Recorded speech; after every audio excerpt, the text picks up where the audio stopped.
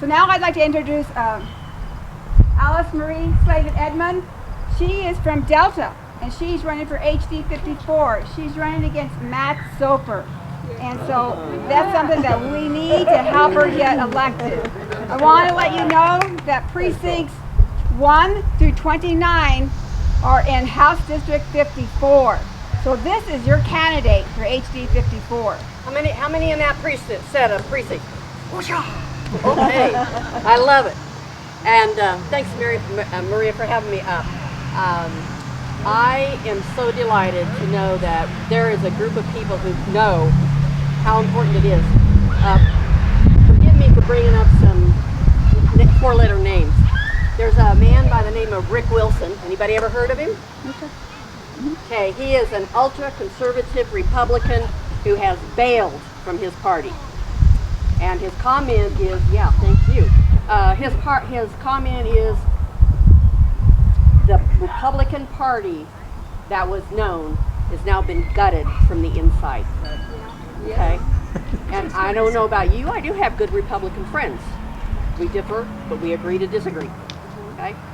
And Rick has written some very, very interesting books, two of which are on the top bestseller. First one is Everything Trump Touches Dies. Okay, there's a whole bunch. Rick Wilson, just as it sounds, is there's YouTube, there's PBS on him. He was on PBS a couple days ago. Very interesting remarks. And his other book is Saving the Republican Party from Trump and the Democrats from themselves. Okay? And one of his comments in there, because he has been a strategist who has built the holes we have fallen into. Okay? So his second book, I'm teaching and I'm trying to keep one chapter ahead of students, but sometimes I just got to sit and read that book. It is worth your time, even to do the internet search on him. But one of the things he says, if you're going to talk policy, kiss it goodbye because Trump will be your next president or be reelected.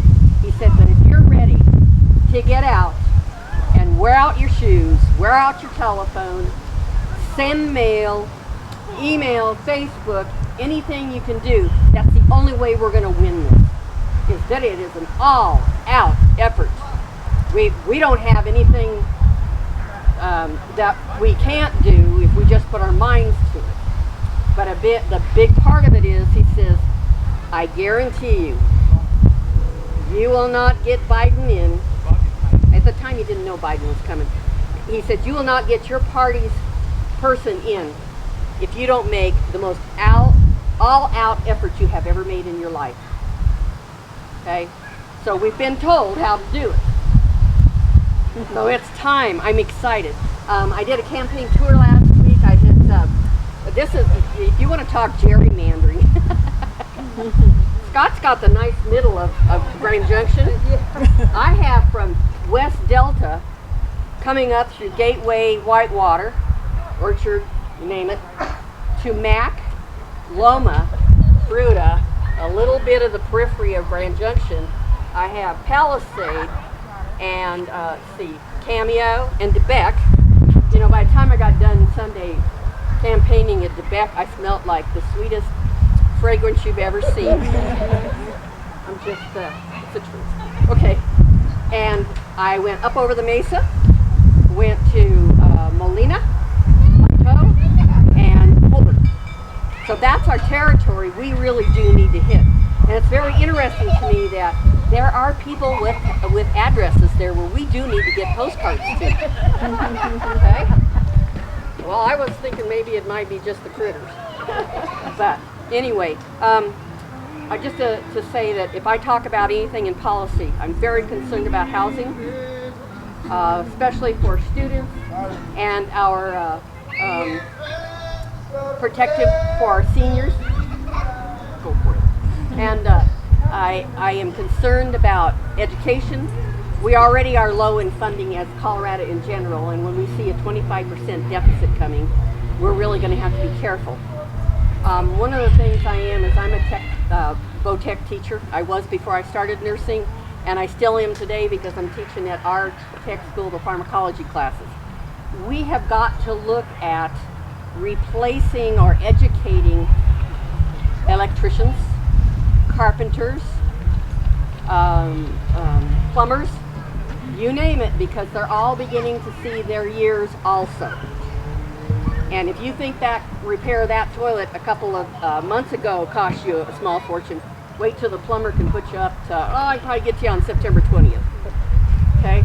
We need to really invest in technical trade schools right now. We've saturated our market with some other occupations, so we need to get in that. And I'm saying, what if there was a public and a private partnership where your second semester was paid for if you did good in your first semester? If we want to keep rural communities with professional people, you gave me the floor, this is how it goes.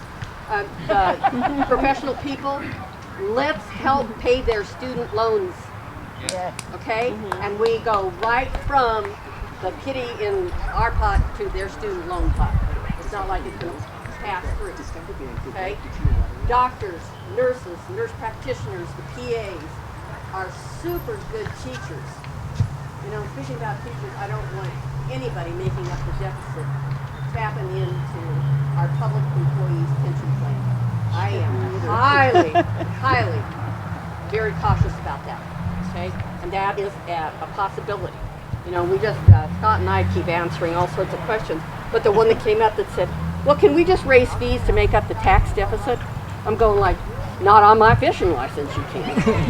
You know, kind of thing. And if I want to go to the state park, it shouldn't cost me an arm and a leg since I helped build it.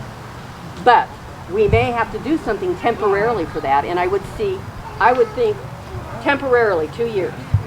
We also need to increase the access to Medicaid, and we may only be able to get that done for about 2 years, depending upon how the pot rolls and how we can do that. You realize that our families now, if you're making minimum wage, you're between $39,000 and $42,000. The cutoff in Medicaid is before that. Okay, my Delta County is the second poorest county in the state, outside of La Junta, Lamar, that neck of the woods.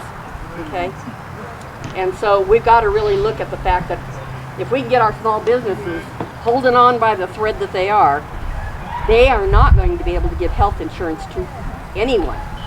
They are going to have to make up this deficit, and it's going to take them 2 to 3 years, kind of thing. Tourism, what a hit in the pocketbook. Let's talk about the ash that's all over our rivers that are going to affect my trout fishing.